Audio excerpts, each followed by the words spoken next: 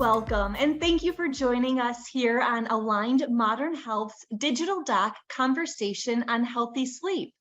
We are joined by Aligned Modern Health Functional Medicine physician, Dr. Elise Toth, and Aligned Modern Health licensed acupuncturist, Renee Lytle.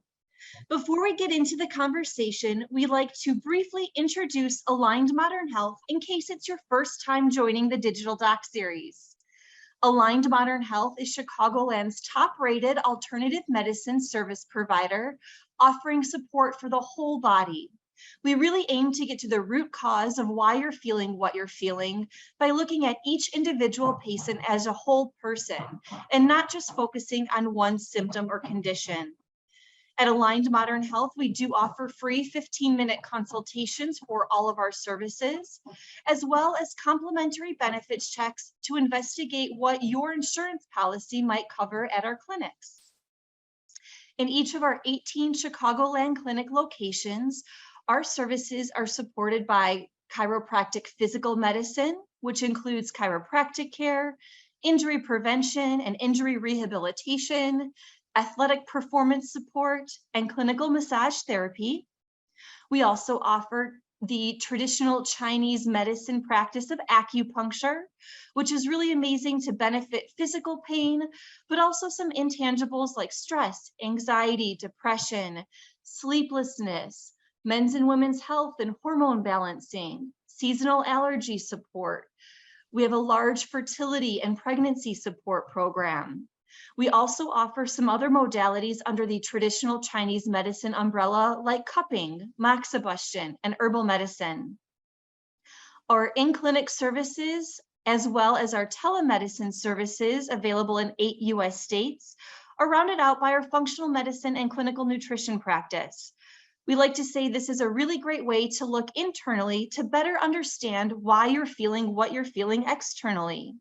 We support a lot of gastrointestinal disorders, autoimmune conditions, bloating, constipation, fatigue, migraines. We offer food sensitivity testing. We support men's and women's health and hormone balancing, weight management, and of course, nutritional counseling. You are very welcome to ask questions during today's presentation, which we will address at the end of the conversation by typing them anytime into the Q&A feature on Zoom. We are also recording this presentation and will be sending out a copy via email to all who register just a little bit later this week. At this time, it is my pleasure to welcome Dr. Elise Toth to the conversation. Hey everybody, thank you so much for having me. My name is Dr. Elise Toth. I am a functional medicine physician out of our Andersonville and Vernon Hills clinics. A little bit about me, a little bit of background. I received my Bachelor of Science degree in kinesiology in 2014 from the University of Illinois at Chicago, and then my Doctor of Chiropractic degree in 2018 from National University of Health Sciences in Lombard. The way that I treat my patients, I love to allow my patients to take control of their own health. I love to educate them and empower them and help them to remove the obstacles in order to let their bodies heal themselves. It's a very big passion of mine. I always joke with my patients that if they need me for the rest of their life, I didn't do my job correctly. So that's a little bit about me. Hi, I'm Renee Lytle. Happy to be here. I'm a licensed acupuncturist here at our Southport clinic.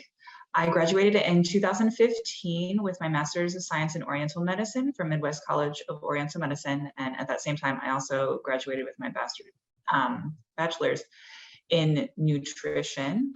I treat a lot of pain conditions, women's health, digestive concerns. Lately, there's also been a lot of seasonal allergies creeping up. Yeah. So today's conversation is all about sleep and sleep, different sleep symptoms, different sleep issues, and the most common things that Renee and I see and we treat in our practice as far as sleep is concerned. So before we go through that, I'd like to give a little bit of an intro. Renee and I would like to give an intro into what functional medicine and what acupuncture, traditional Chinese medicine are, if you're not familiar with it. So functional medicine is a evidence-based, data-driven approach to alternative or approach to holistic internal medicine. We try to find the root cause of any symptoms you're experiencing as compared to just treating the symptoms. We do that by utilizing blood work like an internist would. We do a little bit more comprehensive of a panel. We also do have specialty testing at our disposal, whether it's blood tests, stool tests, saliva test, breath test, what you name it. We have quite a large array in our toolbox. And from there, we don't prescribe prescription medications. That's not in our scope of practice. However, we instead try to help you implement dietary lifestyle changes. Herbs are more so our area of expertise. So if they're indicated, we'll utilize them. If not, we won't. And we also do a lot of co-management, co-referrals with other practitioners, both under Aligned Modern Health group, but also outside of Aligned Modern Health with some of our MD and DO colleagues. Similarly, with acupuncture, we are also looking at the root cause of problems and not just the symptoms that brought you in. But other than doing blood tests like you do, we take a detailed intake, we look at your tongue, we check your pulses, and based on that, we come up with our diagnosis, which is basically, we're trying to balance the yin and yang in your body. Is there some excess causing some heat that needs drained? Do you have some deficiencies that need supported? But looking at what we can do with the insertion of acupuncture needles to bring your body back into balance.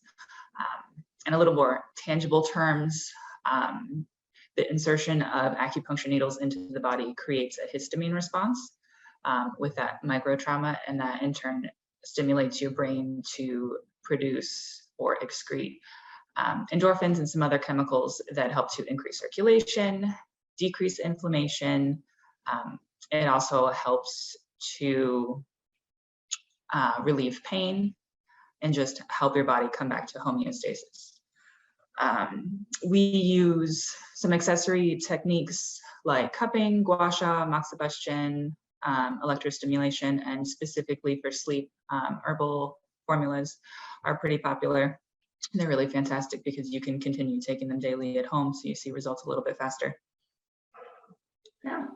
So today's conversation will be talking about different aspects of sleep. So the topics we'll be covering today, trouble falling asleep will be the first one. We'll talk through patients that come to see us having trouble staying asleep. Sleep hygiene is a very big thing that we educate our patients on. So that'll be something we'll talk through. Patients that come to see us not feeling rested upon waking. So we'll talk a little bit more about that.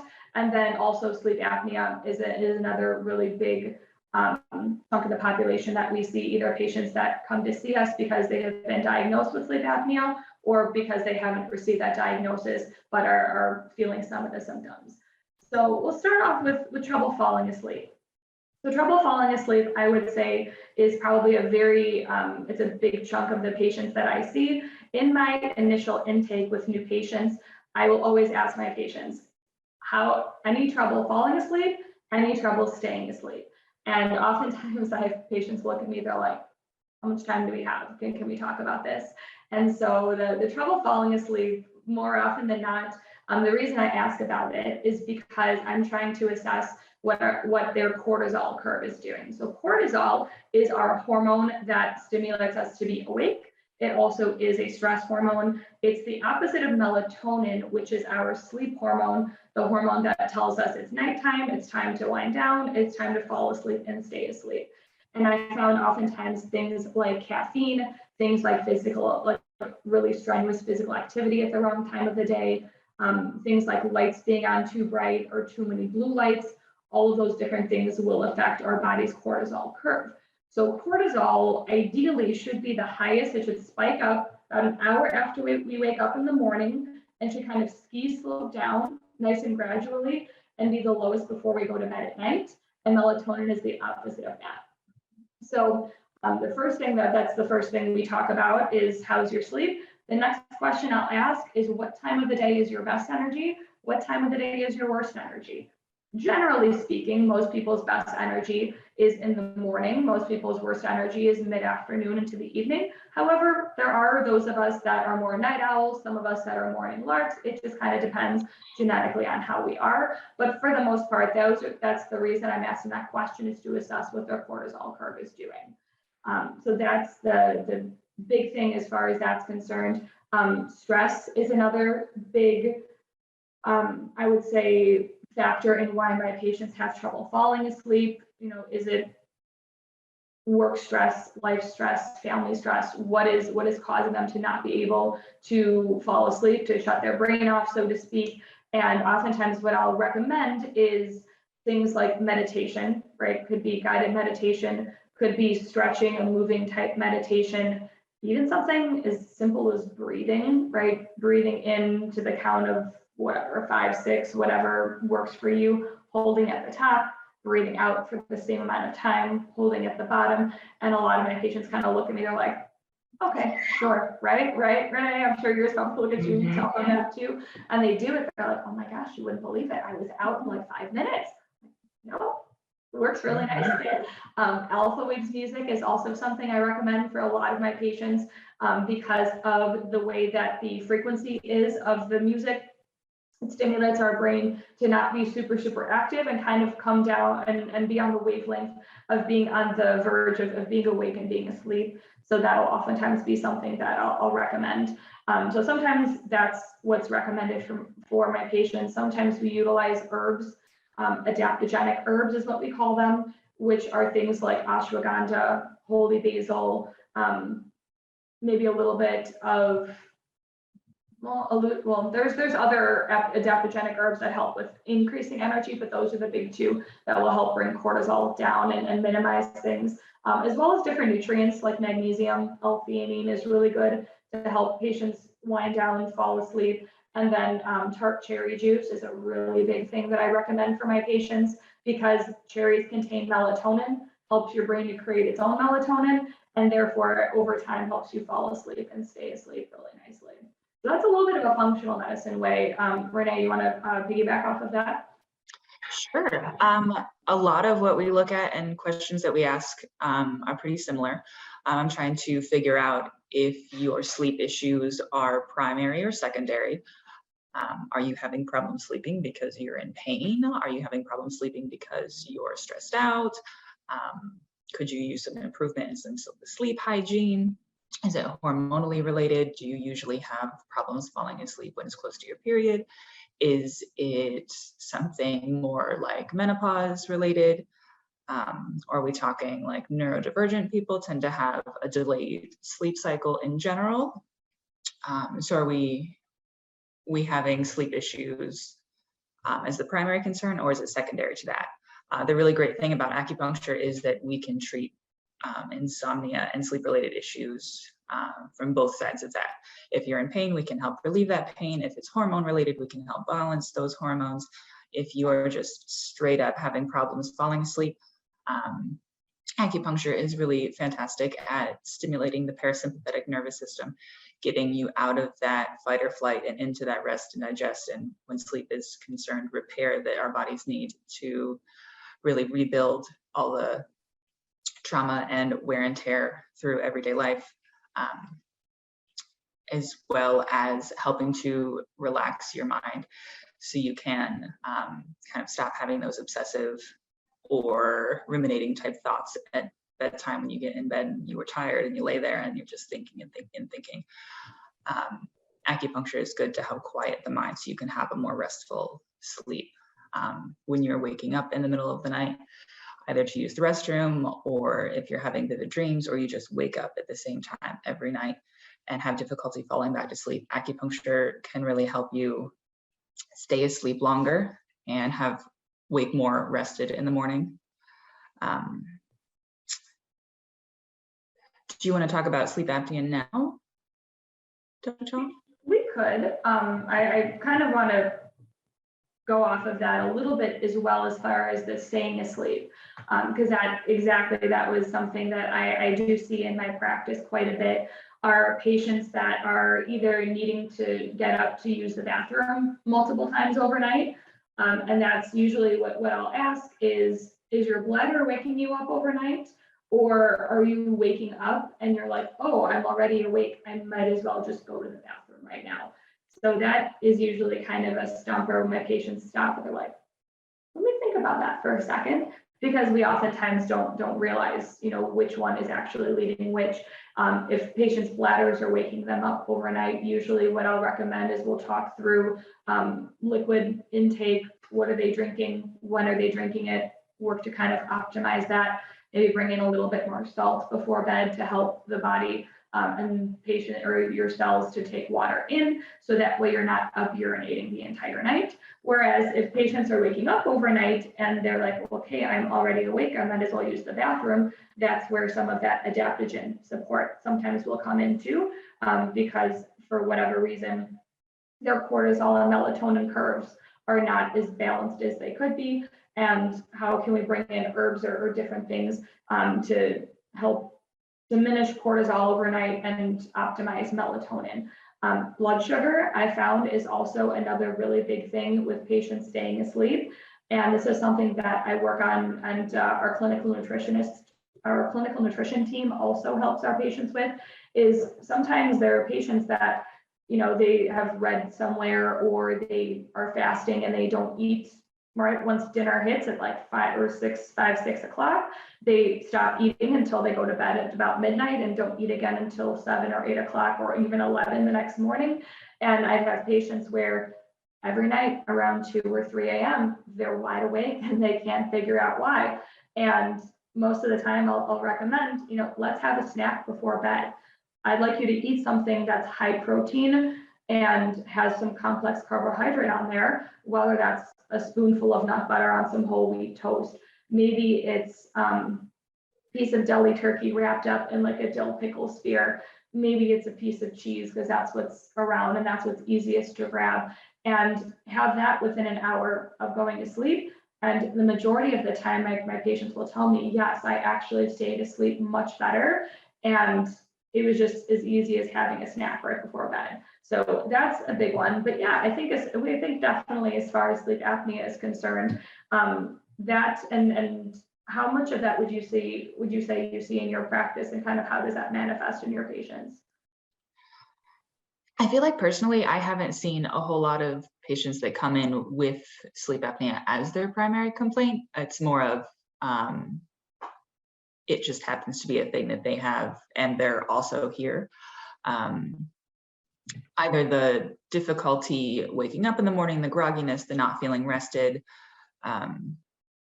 because you are stopping breathing in the middle of the night. That's really disruptive.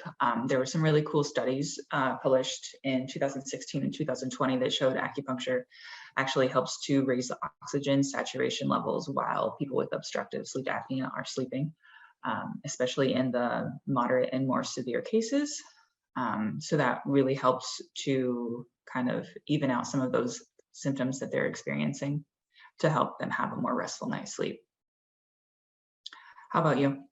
Yeah, no, that's awesome. I definitely like when you told me that the last time, I was like, what? And started sending a whole bunch of my patients across the hall to go get acupuncture done. Yeah, I do have quite a few patients that will either come to me and they already have the diagnosis of sleep apnea, or they will come and see me and we're talking about sleep, and they'll say those things too, where they aren't waking up rested. They're waking up with a headache in the morning. They feel themselves falling asleep throughout the day, falling asleep at the wheel of the car, different things like that. And so generally what I do is, the first thing is, if I suspect sleep apnea, I have a pulse ox, like just nothing super crazy, nothing super special. Put it on their finger, see what their oxygen saturation is. Ideally, if it's first thing in the morning, it'll give us the best reading. I've had patients, what you ideally would like to see is a blood oxygen higher than 90%, between 90 and 100%. I had one patient, she came in, she was complaining of all of this. I think her appointment was at like 7 or 8 o'clock in the morning, put the pulse ox on her finger, it was at 74%. So the next thing we did is I pulled up the sleep center that I refer my patients to, the sleep doctor, and sent the referral over later on that day. sure enough, she was diagnosed with sleep apnea. During that sleep study, they woke her up, I think like an hour later. They're like, yep, you stopped breathing about 100 times An in hour, this first wow. hour. Let's go get you fitted for a CPAP machine. So that's a big one. My patients that come in with sleep apnea, I oftentimes will ask questions about making sure are they wearing their devices? A lot of people have the CPAP mask or have the oral dental appliance, and they're just not wearing it because they don't like the way that it fits. It hasn't been calibrated properly, or whatever the case may be. Make sure they're wearing it to their doctor's recommendation. Make sure that it's been calibrated within the last, I don't know, year to 5 years, just to make sure that everything is working the way that it's supposed to. And then the biggest thing I would say is helping with metabolic support, right? Oftentimes with patients, when they're diagnosed with obstructive sleep apnea, there is a small portion of patients where it's because their jaw is just shaped differently and it occludes their airway. For a lot of patients, it's because there's soft tissue hanging down in the back of their throat that's obstructing their airway. And so by helping patients to optimize their, we dig deep, we optimize their blood sugar, we optimize their insulin levels, we make sure they're eating nutrient-rich foods, nutrient-dense foods, not necessarily for the objective of weight loss, but oftentimes when they're eating, they're taking care of themselves, they're eating good diets, they're moving around throughout the day. The sleep apnea severity will oftentimes, it may not completely resolve itself, but at least it oftentimes can decrease in severity. And what's your experience with that, Ben? Pretty similar. Really helping to support the digestive system so that you're having regular bowel movements, you're having a healthy appetite, you are eating regular meals at regular times, helps to support the metabolic processes. So if losing weight is something that needs to happen, it is more easily achieved than fighting all of the habits that could have some improvement. But also kind of back to the device and wearing the device. A lot of times people are also complaining that it hurts the jaw, it causes the headaches, it's just uncomfortable. We've got some really great techniques that we can use on the jaw, around the ear, to really help open those areas up so that pain can be relieved, so it is a little more comfortable. Yeah, which is wonderful. And patients are like, oh, great. Okay, cool. And it increases their compliance with their devices. Really. Yeah. So then let's move on. We'll talk about sleep hygiene. So sleep hygiene is one of those terms that I feel like is often tossed around, but isn't oftentimes elaborated upon. And so when patients are like, oh yeah, my doctor told me here's an article, let's improve your sleep hygiene. And they're like, cool, I don't know what that means. Basically, what it means are different tips and tricks to help you to fall asleep well, stay asleep well, but on kind of a lower level of that is to help optimize your cortisol and melatonin curve. The first thing that I always recommend for the first thing I always ask my patients when we're talking about sleep hygiene is in the evenings, when you're sitting around, you're making dinner, you're watching TV, what are the lights doing? How bright are they? How dim are they? Lights should mimic what's going on outside in the sunshine. The reason why: cortisol is stimulated in our brain by light hitting our eyes. Melatonin is stimulated by darkness hitting our eyes. When we have bright lights on and too late in the evening, our brain is like, okay, cool, it's daytime, because they don't understand the difference between inside artificial lighting or outside sunshine. It just presumes it's the morning or the middle of the day and it's time to go. So I will tell my patients, I'm like, okay, if you can dim your lights, please dim them. If you can't, turn off the overhead lights, plug in a salt lamp, something with a pink glow, plug in, a lamp, standing lamp that you can dim. Or if you're watching TV, maybe you turn the lights off altogether. The other thing too is using blue blocker glasses. You can buy them. They're not prescription. They don't have to be. And you can use that while watching TV, because same thing, the blue light will stimulate cortisol release in your brain. Even with your electronics, if you're working on your computer or working on your phone, there are different apps you can install, like the Flux FL.ux, that depending on what time of the day and where the sunshine is, it will it will turn the tone pink as compared to blue. On your phone, you can oftentimes set warmer tones versus cooler tones. Getting into the bedroom, room temperature is a really, really big thing. Most people, they need a cooler environment to sleep in. Cooler environment is subjective. Every person's a little bit different. For some people, like for me, I like my room set at 73 degrees. My sister likes it set at 65. I am freezing cold at 65 degrees. So everyone's a bit different as far as that's concerned. Especially sleeping with a partner, sometimes you may need to implement a fan, implement a chili pad on your bed, something so that way you each have the temperature that you need to sleep comfortably. And then making sure that you're not bringing work into bed, right? Your bed should be a no work zone, because otherwise cortisol starts pumping when you start thinking about your next day and deadlines and things like that. If electronics at all possible can stay out of the bedroom, and your phone maybe next to you, maybe across the room ideally, just to keep that the blue light source, but also the cortisol inducing source out of the bedroom. For sure. Yeah.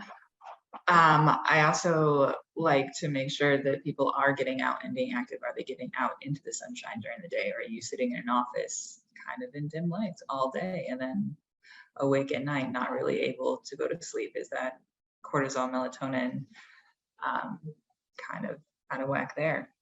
Also diet related. Are you eating really heavy meals right before bed? Are you drinking a lot of alcohol right before bed? A lot of times people use alcohol to fall asleep easier, and that absolutely is a thing, but it can unfortunately influence the quality of your sleep or staying asleep. Are you having heartburn at night that is keeping you up? That could be something. Or I think you mentioned caffeine late in the day, avoiding that. That's a huge one. Mm-hmm. Yeah, I know the amount of times that I ask patients when their last cup of coffee is, and they're like, oh, 4 or 5 p.m. I'm like, and you're trying to go to bed at 10 p.m. Okay, makes sense why you're not falling asleep, right? Because caffeine does have a half-life in our bodies. So my hard and fast rule for most of my patients is no caffeine past noon, unless for whatever reason they're working at, the later shift at a hospital or work overnights, then there's something a bit different with that. But yeah, caffeine is a major player as far as falling asleep and staying asleep. And not feeling rested upon waking is the last thing we're going to touch on. So kind of coming back to that cortisol melatonin curve, first thing, right, during the evening, we're trying to decrease cortisol, increase melatonin. First thing in the morning, we're going to do the opposite. We want to stimulate our cortisol with lights, right? So I always ask my patients, are you sleeping with blackout shades? Unless you're a night shift worker, there's blackout shades oftentimes do more harm than good, because they're not allowing in the natural sunlight that your brain needs in order to stimulate cortisol properly to wake you up in the morning. The very first thing that most of us don't want to do first thing in the morning, but we know is going to wake us up the best, is either looking right at the sunshine, or if we don't have sunshine coming into our rooms, go into the bathroom, turn the light on. Right? The most painful thing, I hate doing it every morning, but it also is the difference between being groggy and half asleep and sometimes waking up a little bit faster. Also, I'll ask my patients, when you wake up, are you laying in bed for another half hour checking your phone? Are you getting up, getting out of bed, moving, getting your blood flowing, and therefore allowing cortisol to pick up? Or is melatonin continuing to be released? And then finally you get out of bed when you're like, okay, I have to do this. So those are the big things, and just kind of switching up some of those tricks in the morning to help wake up and stimulate that cortisol curve to peak about an hour after you wake up in the morning. Absolutely. And also, are you having a consistent sleep schedule? Are you going to bed at the regular same time every night and waking up at the same time every night? Or are you kind of changing it up from day to day? I found that irregularity can really affect your ability to wake up and feel rested in the morning. Like, oh, I slept in like an hour, I should feel great. And I just have such a hard time getting up and getting going. Absolutely. Absolutely, yes. Okay, so I think at this time what we'll do is we'll take some questions. So we'll hang out for a few moments. If you have anything, if you want to type them into the chat feature. Wonderful. Thank you so much, Dr. Toth. Thank you, Renee. As we give you a moment to type any additional questions into the Q&A feature on Zoom, we do like to remind you that we are here for you and happy to help. If this has piqued some questions for you or something that perhaps a little bit more personal that you don't want to share in front of a webinar group, you are very welcome to schedule a free 15-minute consultation with any of our practices at Aligned Modern Health, and we can facilitate that in person in any of our 18 clinic locations in the Chicagoland area, or we can also facilitate that via telemedicine on Zoom.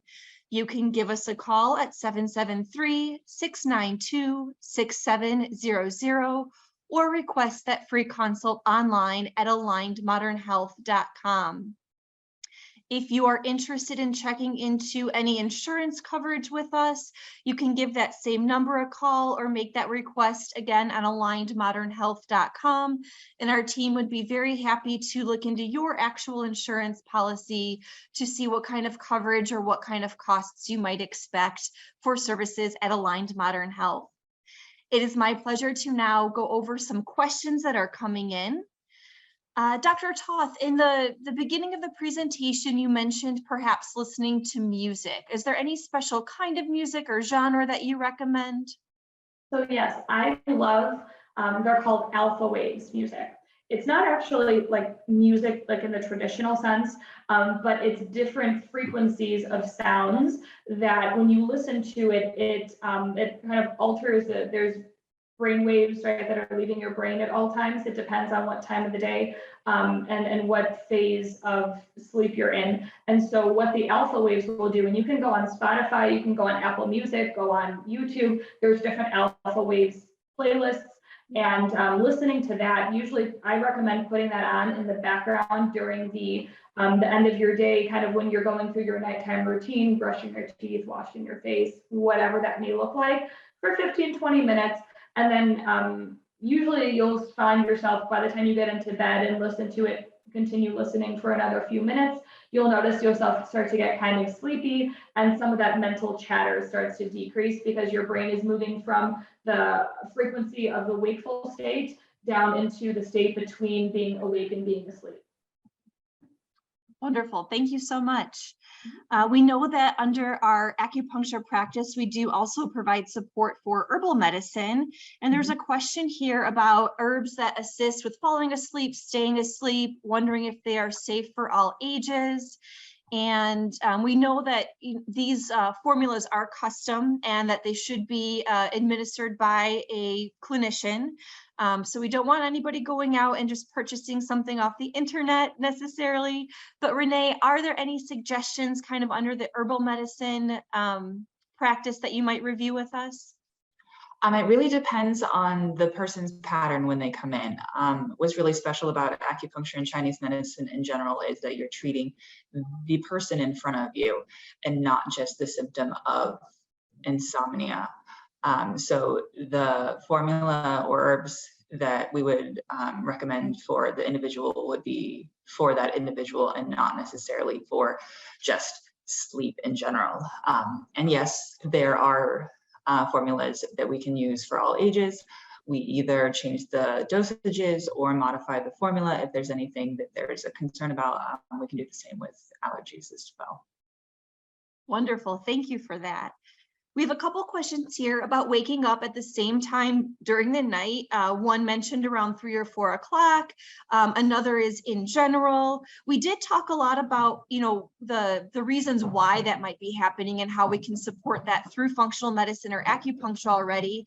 But are there any additional tips that either of you would like to offer for perhaps falling back to sleep quickly if that is an issue? Sure. You want to go ahead, Renee. Oh, I was going to say you can get up, move around, maybe try some gentle stretching or some meditation. I would recommend not laying in bed for more than 20 minutes, tossing and turning. That can create some negative associations with sleeping and having difficulty going back to sleep. Would you have anything else to add, Dr. Toth? I agree with both of those. I also recommend bringing in some box breathing. So kind of like I mentioned before, where you breathe in for like 8 to 10 seconds, hold at the top for a few seconds, breathe out 8 to 10 seconds, hold at the bottom. Oftentimes that slowing and regulation of breathing can reset what's going on mentally, and oftentimes can start to lower your blood pressure, start to lull you back into sleep. If all else fails, I recommend, like Renee said, getting out of bed. Sometimes go to take a warm shower. If you can do it in the dark, even better. Low light would be optimal if you're afraid of slipping. But sometimes just bringing in that warmer water for even 5-10 minutes, what it can do is it can drop your core body temperature and signal you to go back to sleep. So if it's been longer than 20 minutes and you're like, I can't do this, that's a really good thing to try. It doesn't have to be scalding, but just something nice and warm. Wonderful. Thank you both. We have a really great question here, especially in this day and age of technology, about devices that tell us how much light we're taking in, our patterns of REM sleep, how much deep sleep we're getting, how many hours we're sleeping. So really great information about what is happening. But is there any information you can provide about knowing how much of each of those stages we should be getting versus just getting the data of how much we're actually getting? Okay, that's an interesting question. The way that these devices are, the algorithm they're using goes based off of what your heart rate is, because your heart rate should be between certain beats per minute, depending on the different stages of sleep. Light sleep is generally, the first half of the night is generally what our brain goes between light sleep and deep sleep. And then as we get past midnight towards 3-4 a.m., our brain goes in a little bit more into REM sleep. So REM sleep ideally should be within the second half of the night, going between REM sleep, which is the rapid eye movement or dreaming state, and then deep sleep, and should kind of dissipate as we wake up in the morning. I don't know the exact numbers, and I know depending on what data you read and what literature you follow, it will give you different percentages and different timings of things. But the most common, actually the best resource I have for that, before I say this next part, is the book Why We Sleep by, Walker, PhD. I don't remember his first name, but it's a blue cover. He's fantastic, and he details that in much more detail and has the data to talk about more of all of those things in detail. Great, thank you so much. And again, that was Why We Sleep by last name Walker, PhD, just in case anybody missed it. Dr. Toth, you spoke a little bit about using technology at night while we sleep. You mentioned watching TV, bringing work to bed and things. We have a question from someone who watches shows on their Kindle while falling asleep, but then their head feeling groggy all the day the next day. Is watching shows on her Kindle while falling asleep really that big of an impact on her sleep? Maybe, maybe not. I'll be honest, I do the same thing. I have my iPad up and I will watch British baking show, knocks me out every time. That's my go-to. I don't think that on its own is the sole reason for feeling groggy the next morning. But maybe it's some of that blue light. So if she's able to, with the Kindle or whatever device, maybe switch it to a bit more of a warmer tone, see if that still is an issue the next morning. For some people, and I know like for me too, it kind of just like shuts my brain off a little bit if other things don't work. And for some people, that's the only thing that puts them to sleep. And what I always say to my patients is I'm like, you know what, if it works, why are we going to change it? We can always optimize things later. But for right now, if it's helping you fall asleep within 10 minutes as compared to other things take you an hour or two to fall asleep, let's keep doing it. Let's just modify it the best as we can. So I think there's other factors at play, but it may just be a source, just a little bit too much lighting hitting your eyes could be the culprit with that. Thank you so much. We have time for one last question, which I will send to Renee. A question about meditation. Is meditating only at night beneficial? Is meditating in the morning helpful? Is there any recommendation you can give on quote unquote the ideal time of day to meditate? I really think that depends on what kind of meditation you're doing. There are lots of different things that you can do to meditate. Before bed, I like doing a little more guided meditation, checking in with myself, going from head to toe, focusing my attention to each area, releasing any tension that I might be holding there consciously or unconsciously, and working all the way down just so that I am relaxed and ready for bed, as well as more intentional breathing, like Dr. Toth was saying, with the box breathing. That kind of meditation I find more helpful at night than any sort of more focus-based visual meditation. So I don't think that there's necessarily an ideal time for meditation in general. There might be some better suited for falling asleep and relaxing than more intentional focused that might be better during the morning or during the midday. Great information. Thank you so much. Thank you both, Dr. Toth and Renee, for joining us today, for sharing your time, for sharing your wisdom. Thank you to all of you who have joined us for the information today. We hope you found this beneficial. Again, we are here for you and happy to help if you do have additional questions. Our next Digital Doc Series webinar will be on Wednesday, September 7th at 12 o'clock noon, and the topic is alternative support for seasonal allergies. You can register for that at alignedmodernhealth.com. Again, thank you so much for joining us. We hope you have a wonderful day.